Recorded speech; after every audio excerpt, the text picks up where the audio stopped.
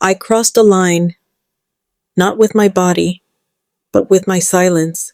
And sometimes that's worse, because I knew exactly what was happening between us, and I didn't stop it. You're probably already judging me. You're thinking I should have set boundaries the moment he moved into my house. That a mother, a good mother, would never allow something like this to even begin. And you're not wrong. But the truth is, I saw the way he looked at me, and I didn't look away. My name is Catherine. Most people call me Mrs. Calloway. He called me Cat, and I let him. That was the first mistake. It started small. It always does. The first morning he couldn't find the French press.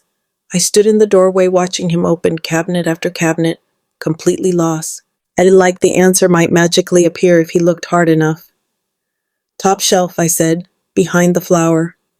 He startled, then laughed at himself, and when he smiled at me, really smiled, not politely, not in passing, something shifted. I felt it, and I wish I could say I ignored it, but I didn't. His name was Ethan, my daughter Mara's fiancé. He was supposed to stay for 8 weeks while she was away in Copenhagen. 8 weeks. That's all it took. He cooked, not casually, carefully, intentionally, like everything he did mattered. The first night he made risotto, stirred it for nearly 40 minutes, completely focused, sleeves rolled up, movements steady and precise. I told him he didn't have to. He said, "You're letting me stay here. The least I can do is take care of you." Take care of me. It had been a long time since anyone said that, and meant it. We started eating together, at the dining table no one used anymore, with wine glasses that had been sitting untouched for years. He asked me real questions, not surface-level politeness. He asked me who I used to be, and when I told him I once wanted to write, he didn't laugh. He looked at me like I had just told him something important. "You should start again," he said, like it was still possible, like I wasn't too late. The faucet broke on a Thursday. I was on the kitchen floor, soaked, frustrated, trying to fix it myself when he walked in. He didn't ask questions. He just came down beside me. Close, too close. The space under the sink wasn't meant for two people. His arm pressed against mine, warm against cold, steady against unsettled. For a second, neither of us moved, and in that second, something unspoken passed between us, something neither of us was supposed to feel. After that, I started noticing things I shouldn't have noticed. His hands, the way he sketched at the table, that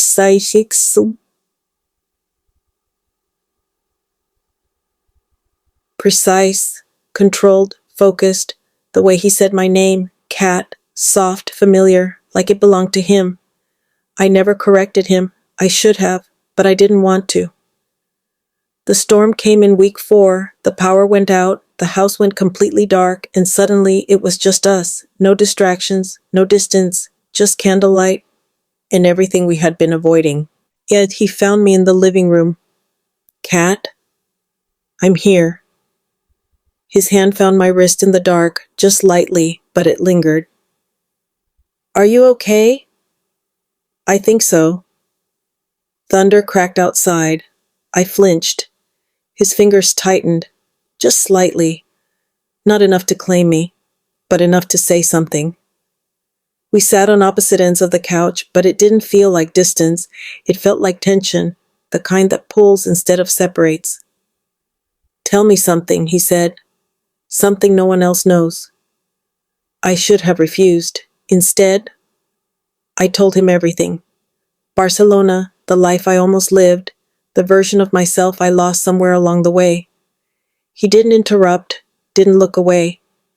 When I finished, he said quietly, "You deserved that life." And something inside me broke open. We didn't touch. Not really, but that night changed everything. By week 6, the silence between us wasn't empty anymore. It was full, heavy, alive. Then Mara called. Her voice filled the kitchen, bright, happy, unaware. She asked if we were getting along. We both answered at the same time, and for a moment, it felt like we were something we weren't supposed to be. After the call ended, the air shifted. Reality came back, sharp, unforgiving. "I love your daughter," he said. "I know. And whatever this is," he paused, struggled. "It doesn't change that." I looked at him, really looked at him, and for the first time, I understood the danger of what we were standing inside. "You don't have to act on every feeling," I said quietly. "Some things you just don't open the door for." He held my gaze. "Is that what you're doing?" I nodded, even though part of me didn't want to, because I knew something he knew too. If I had taken even one step forward, he wouldn't have stepped back. But I didn't move, and neither did he. Mara came home 2 weeks later. She ran into his arms like nothing in the world had ever been wrong, and nothing had, not technically. At dinner, we spoke like normal people, said normal things, laughed at the right moments, played our roles perfectly. But when he passed me the bread, his fingers brushed mine, just briefly, measured, controlled. We had learned exactly how far we could go without crossing the line. "You two finally bonded," Mara said, smiling. "We were polite at first," I replied. "And then we weren't," he added. Our eyes met, just for a second. But it held everything. Everything we felt, everything we refused, everything we would never speak out loud. Later that night, I stood alone in the kitchen, washing dishes that didn't need washing, holding on to something I couldn't have. Outside, the rain had softened, a quiet, steady rhythm against the glass, not like the storm, just a reminder. Some stories don't end with choices. They end with restraint. I didn't cross the line, but I stood close enough to feel it. And sometimes, that's the part that stays with you the longest.